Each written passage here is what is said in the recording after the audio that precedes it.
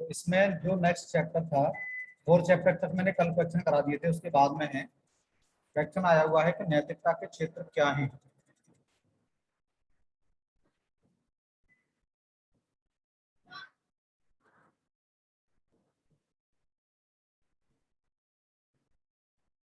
Question है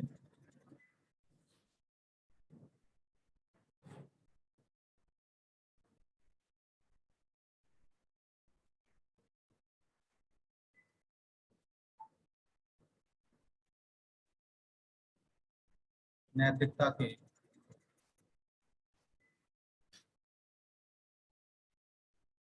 क्षेत्र क्या है। 1 नंबर का क्वेश्चन है ये।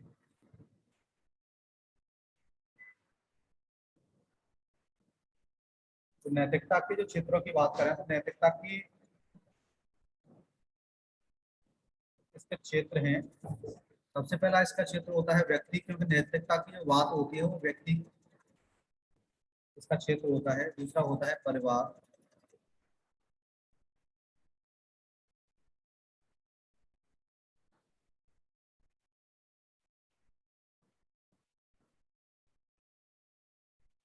थर्ड है स्कूल,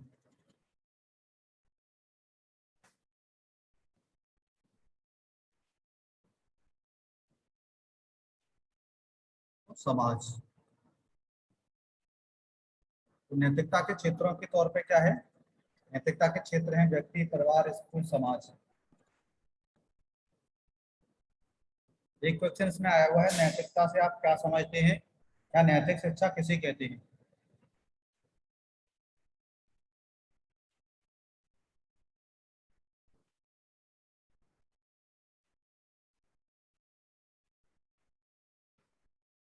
नैतिक शिक्षा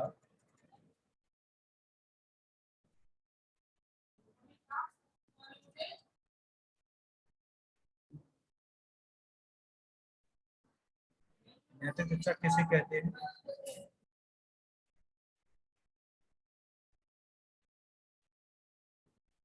इसका आंसर है बालक का सामाजिक विकास करने वाली।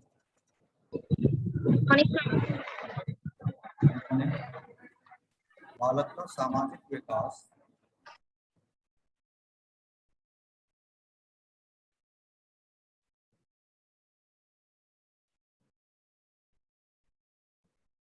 करने वाली।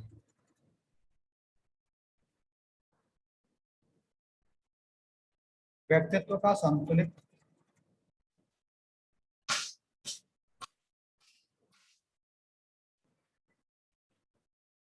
व्यक्तित्व का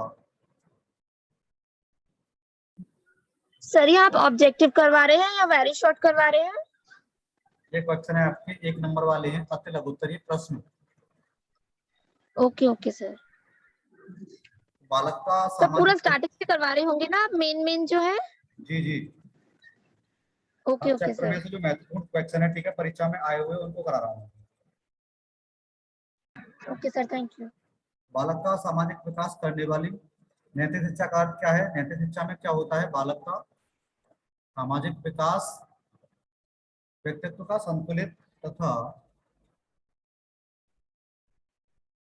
सर्वांगीण विकास,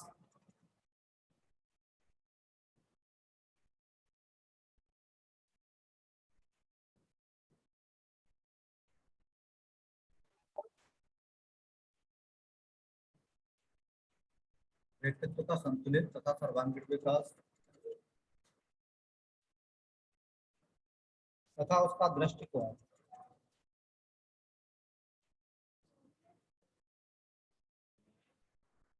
तथा उसका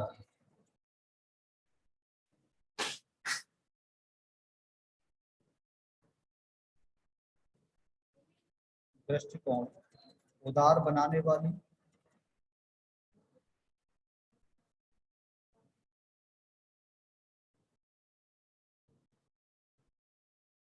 शिक्षा को नैतिक शिक्षा कहते हैं।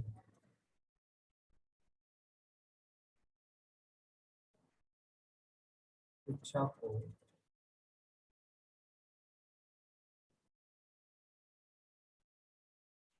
नैतिक शिक्षा कहते हैं। तो नैतिक शिक्षा किसे कहते हैं? बालक का सामाजिक विकास हो, चाहे व्यक्तित्व का संतुलित तथा सर्वांगीण विकास, और उसका दृष्टिकोण उदार बनाने वाली शिक्षा से होता है।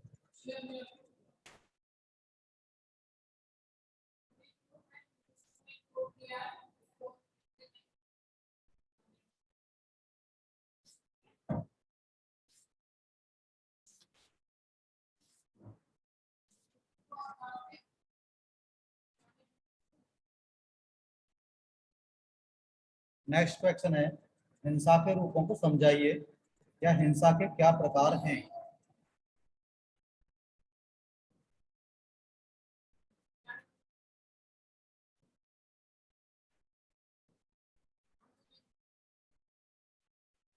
हिंसा के रूपों को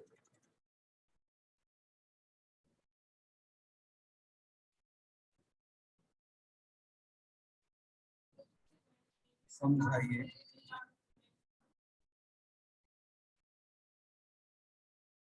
ये क्वेश्चन ऐसे भी आ सकता है, हिंसा के रूपों को समझाइए या हिंसा के क्या प्रकार हैं।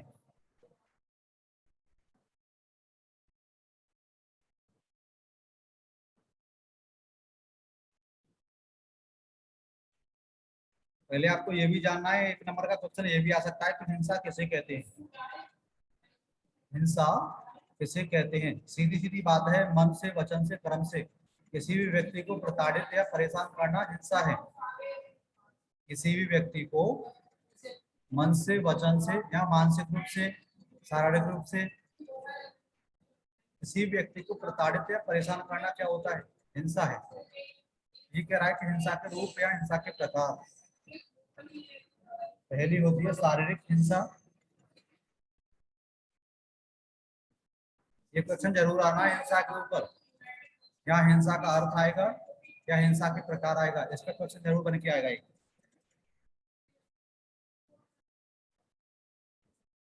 शारीरिक हिंसा, भावनात्मक हिंसा,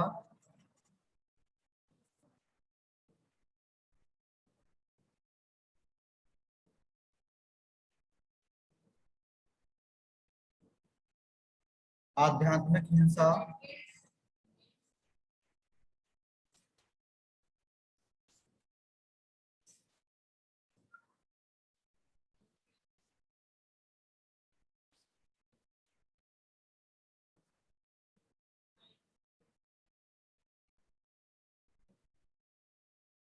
सांस्कृतिक हिंसा,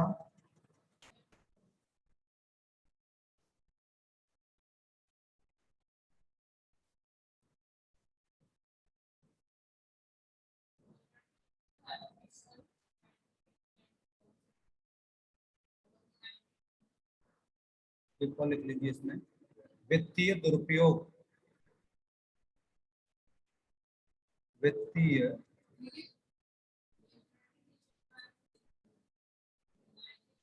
दुरुपयोग। तो हिंसा के रूपों में क्या है? शारीरिक हिंसा है, भावनात्मक हिंसा है, आध्यात्मिक है, सांस्कृतिक है, वित्तीय दुरुपयोग है, या किसी की उपेक्षा भी हो सकती है।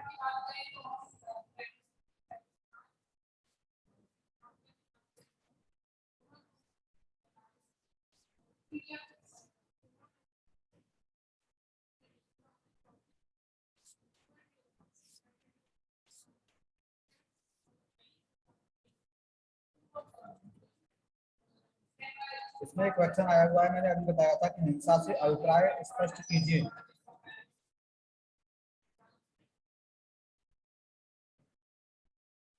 तो हिंसा का अर्थ लिखना है आपको इसमें।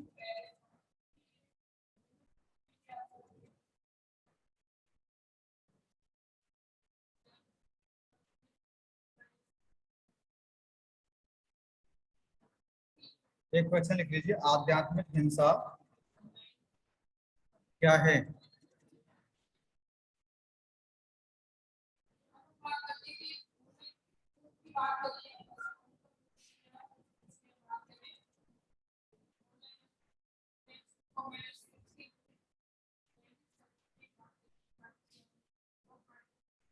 आध्यात्मिक हिंसा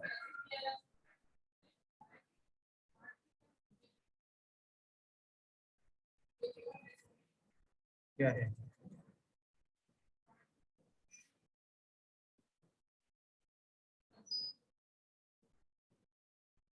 आध्या आध्यात्मिक हिंसा का क्या है? तो दूसरे के धर्म को उपेक्षित करना। दूसरे के धर्म की क्या है? उपेक्षा करना। इसमें कुछ पॉइंट लिख लीजिए, आध्यात्मिक हिंसा क्या है इसके।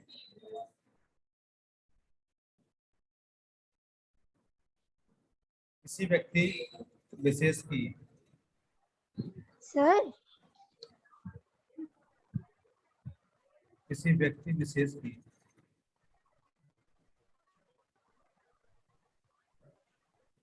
धार्मिक मान्यताओं का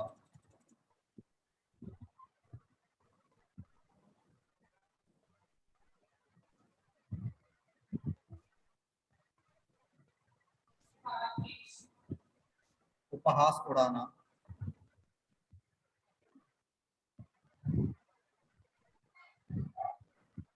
या आलोचना करना।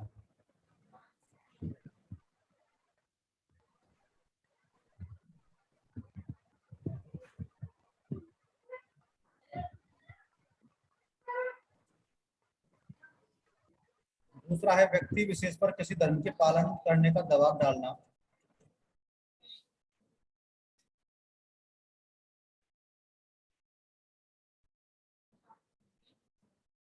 व्यक्ति विशेष पर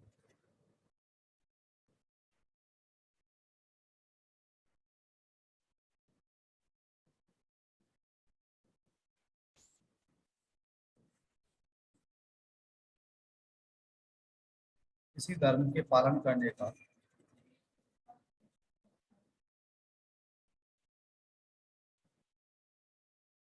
किसी व्यक्ति विशेष पर पालन करने का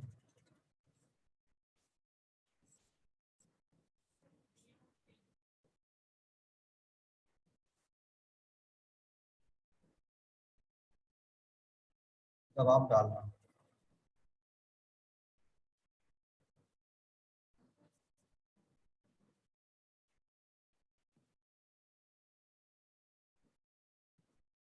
ये आध्यात्मिक हिंसा है।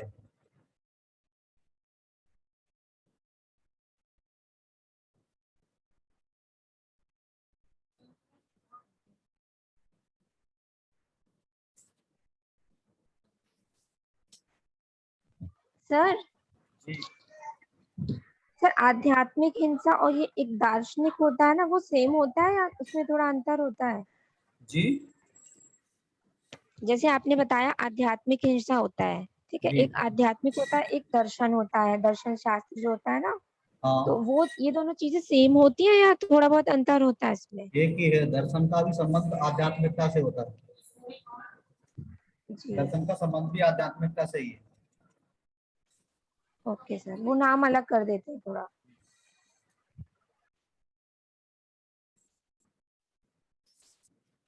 Okay sir. अगला क्वेश्चन है, गांधी के अनुसार वे कौन से तत्व जो शांति स्थापना हेतु महत्वपूर्ण हैं?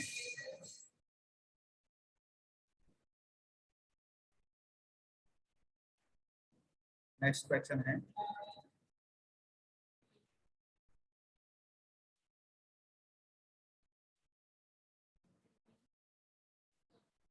गांधी के अनुसार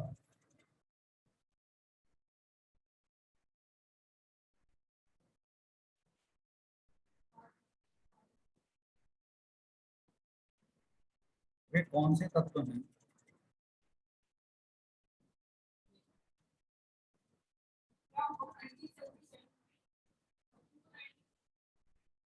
जो शांति स्थापना हेतु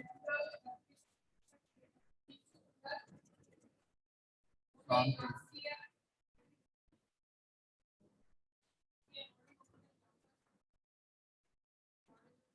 महत्वपूर्ण है?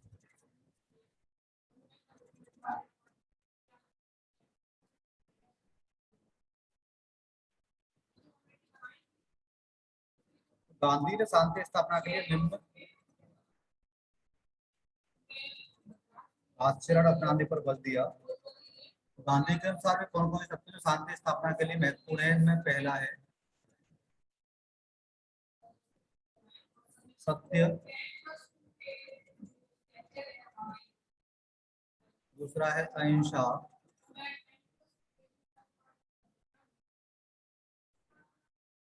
नेक्स्ट संयमित आचरण।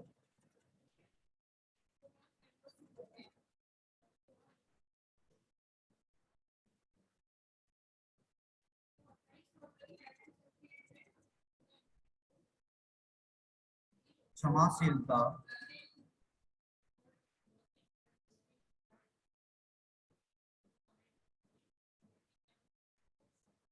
संतोष,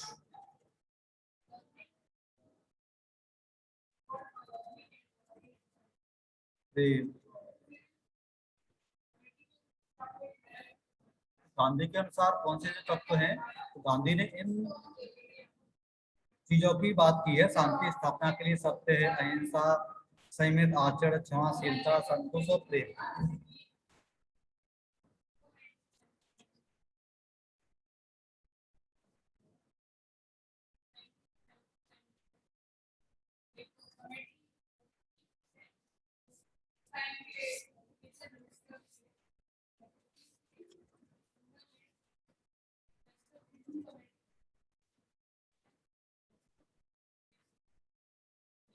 नेक्स्ट क्वेश्चन है, अष्टांग योग से आशय स्पष्ट कीजिए।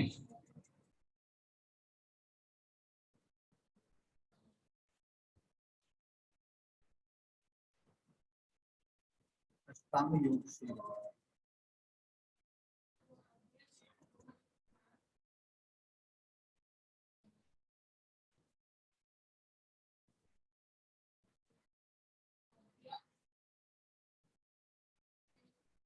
पहले आपको योग जानना है। योग क्या है? पूर्व में इस पर चर्चा हो चुकी है कि योग क्या है। योग का अर्थ है जोड़ना।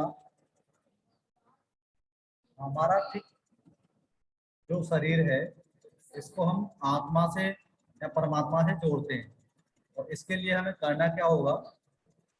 जोड़ने के लिए जो अष्टांगिक योग है उनका पालन करना पड़ेगा। और जो योग है महर्षि पतंजलि का है। महर्षि पतंजलि ने योग की स्थापना की थी। ये कह रहा है कि अष्टांग योग से स्पष्ट कीजिए, अष्टांग योग से क्या आशय है। तो अष्टांग योग में क्या चीजें होती हैं?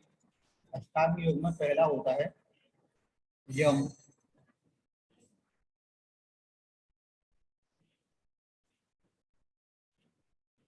नियम,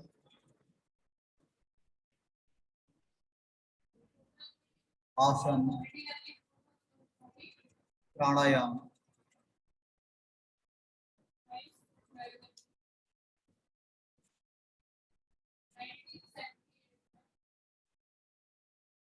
प्रत्याहार,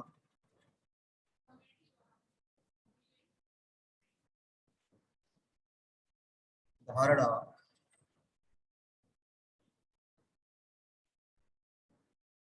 ध्यान,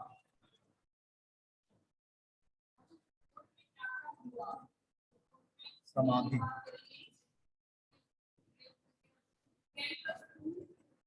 तो अष्टांग योग से क्या अर्थ है, या अष्टांगिक योग क्या है? तो आपको ये लिखना है इसमें। अष्टांगिक योग का अर्थ है, अष्टांगिक योग के 8 नियम है इसमें। तो यम है, नियम है, आसन, प्राणायाम, प्रत्याहार, धारणा, ध्यान, समाधि।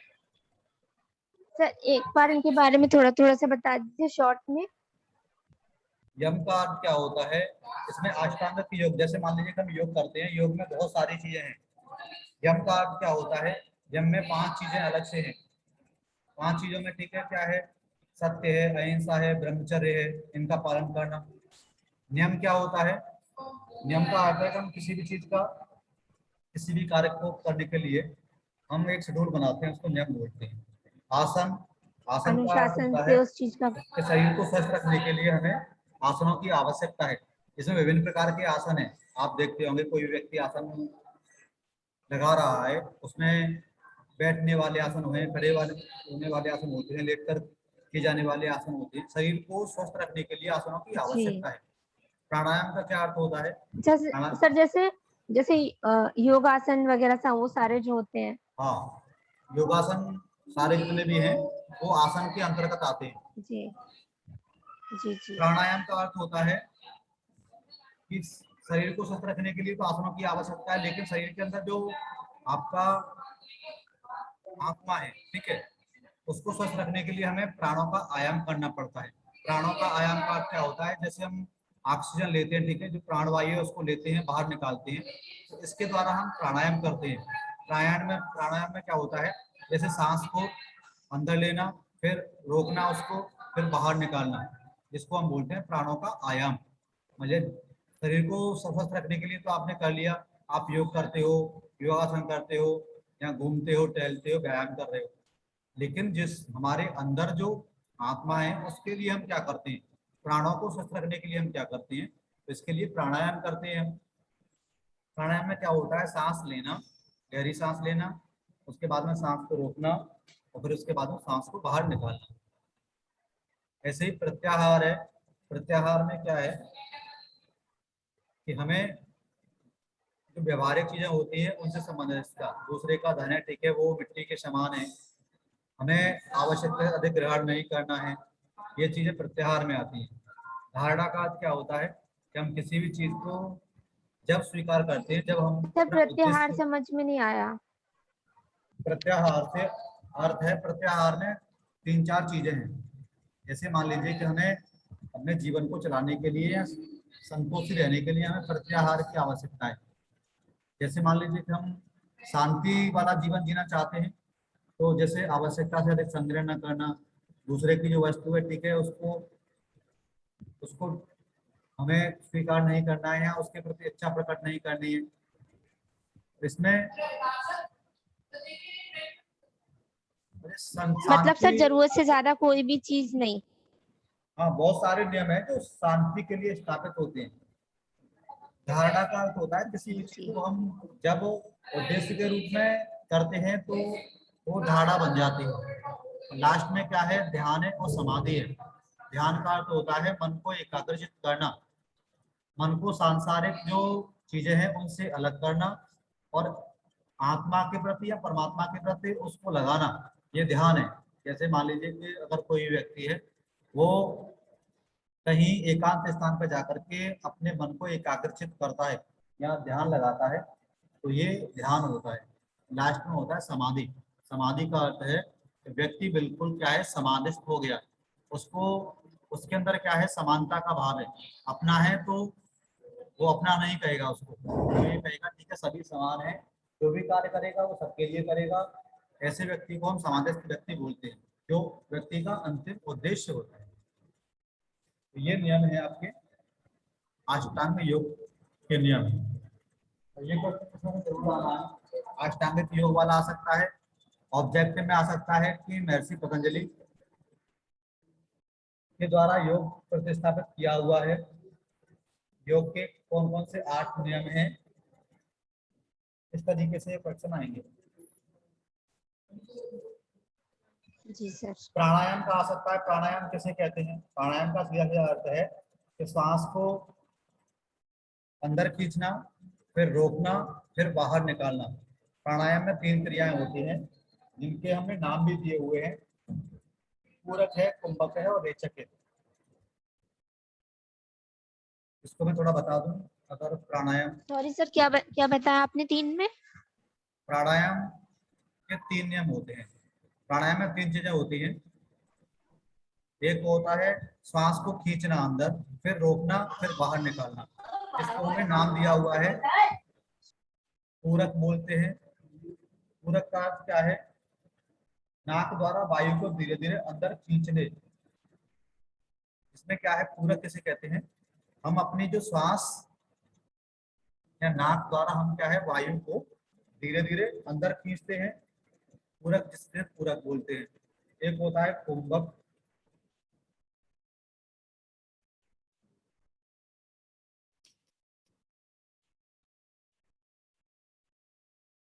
कुंभक का अर्थ क्या होता है, वायु को फेफड़ों में देर तक रोके रहने की प्रक्रिया को कुंभक कहते हैं। जैसे आपने श्वास अंदर खींच ली, फिर उस श्वास को रोकना, श्वास को रोकने का नाम क्या है, कुंभक है।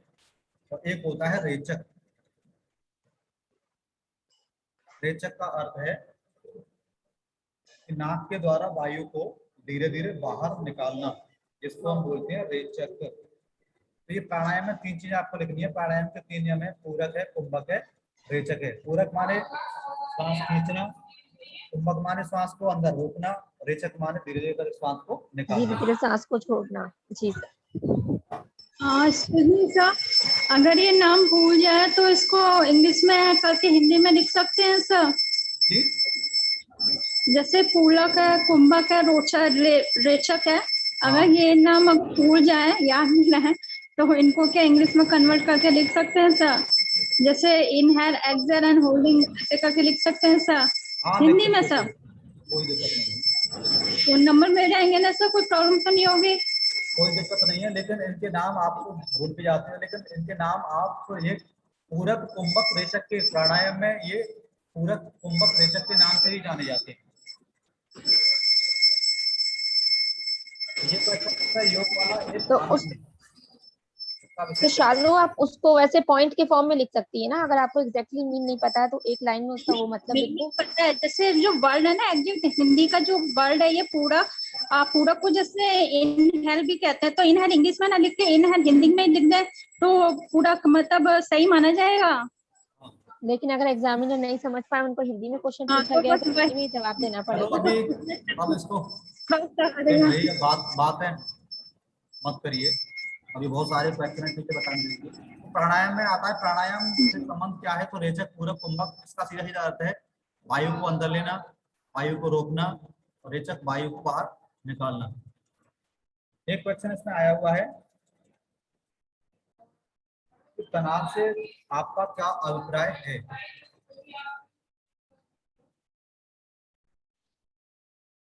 तनाव से आपका क्या अभिप्राय है?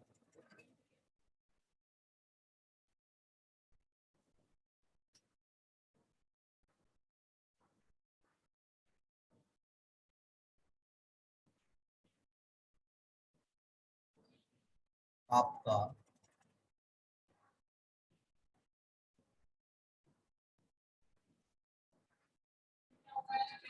क्या अभिप्राय है?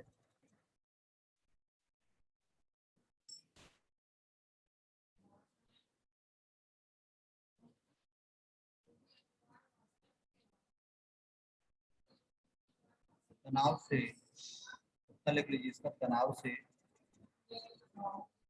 हमारा अभिप्राय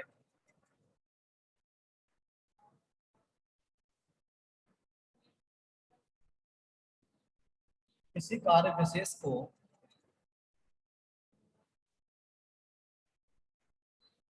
किसी कार्य विशेष को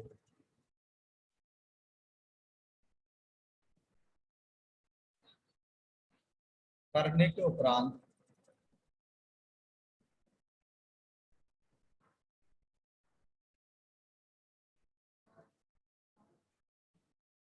यदि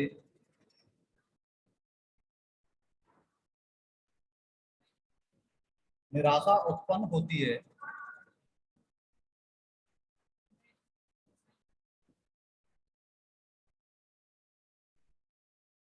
निराशा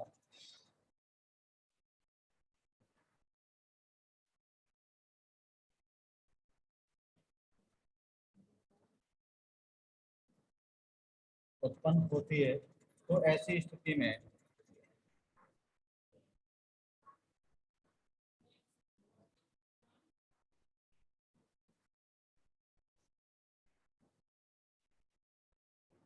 हमारा मन तनाव से ग्रसित हो जाता है।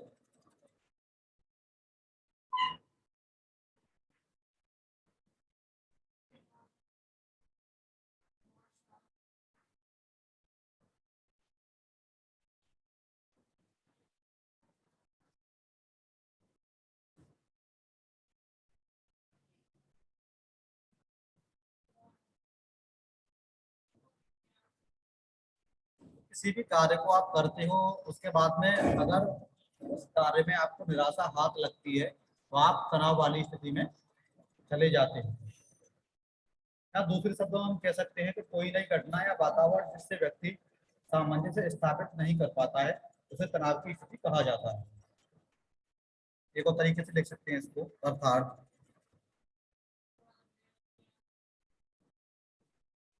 कोई नई घटना,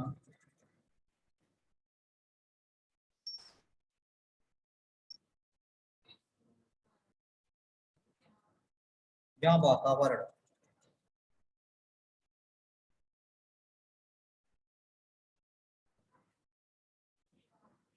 जिससे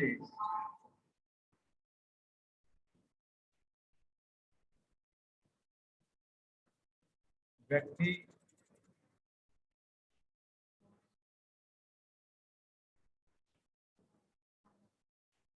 सामंजस्य स्थापित नहीं कर पाता,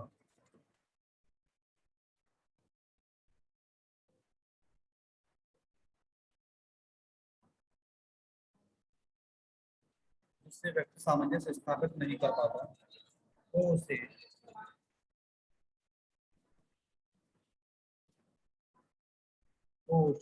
तनाव की स्थिति कहा जाता है।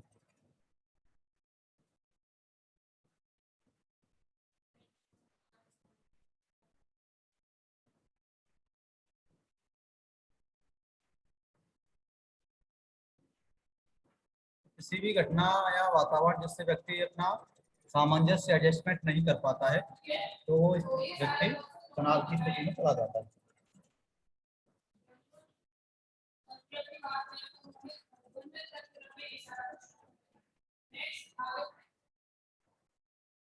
एक सब क्वेश्चन है अगला, लोकतंत्र का अर्थ क्या है? क्वेश्चन है, लोकतंत्र का क्या अर्थ है?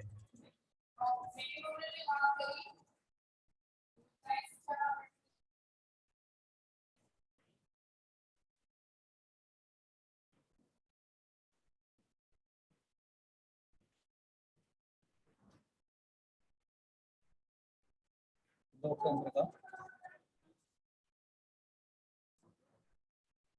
क्या अर्थ है? वास्तव में लोकतंत्र शब्द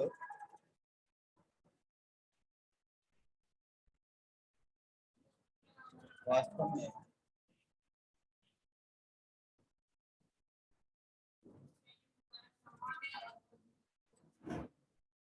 लोकतंत्र शब्द अंग्रेजी भाषा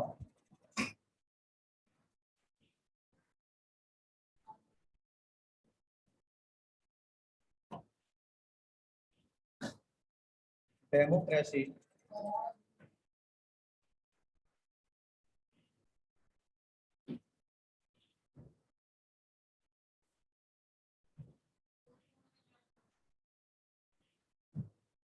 शब्द का हिंदी रूपांतरण है।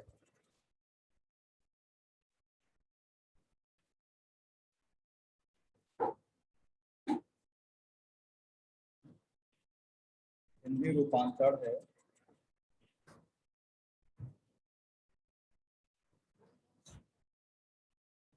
अंग्रेजी भाषा का डेमोक्रेसी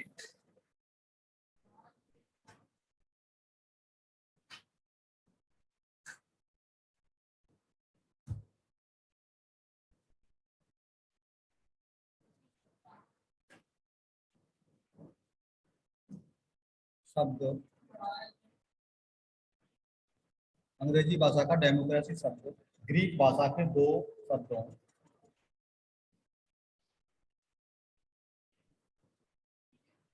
ग्रीक भाषा के दो शब्द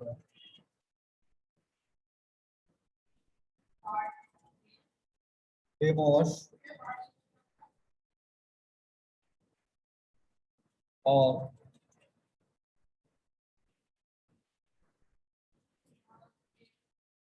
क्रेशिया CRA और KRE KRATIA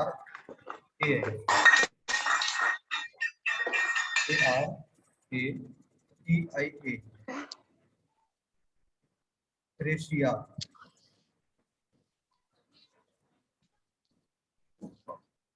से मिलकर बना है।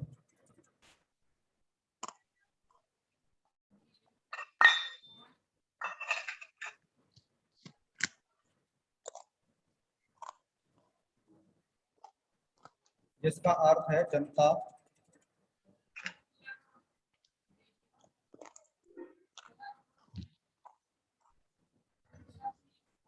इसका अर्थ है इतने बड़े डब्बे से क्यों ढाकती हो इसको? डब्बे से, इतने बड़े डब्बे से उसको क्यों ढाकती हो? हाँ, डेमोक्रेसी शब्द ग्रीक भाषा के दो चिप्स शब्दों से हैं, मिलकर बना सवेरे है, खाई नहीं थे मैंने। डेमोस और क्रेशिया, माइक ऑफ कीजिए। जिसका अर्थ है, डेमोस का अर्थ होता है जनता और क्रेशिया का अर्थ होता है शक्ति। तो दोनों का मिलकर के अर्थ हुआ जनता की, जिसका अर्थ है जनता की शक्ति या जनता का शासन।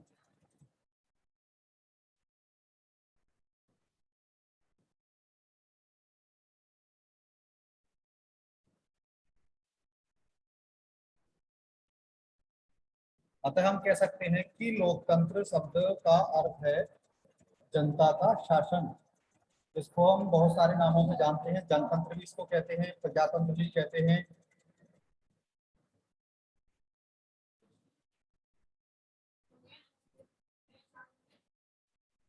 यहाँ तक लिख लीजिए इसको।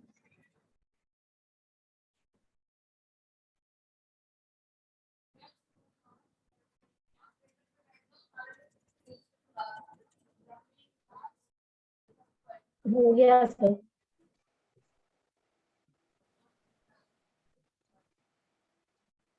हो गया सर।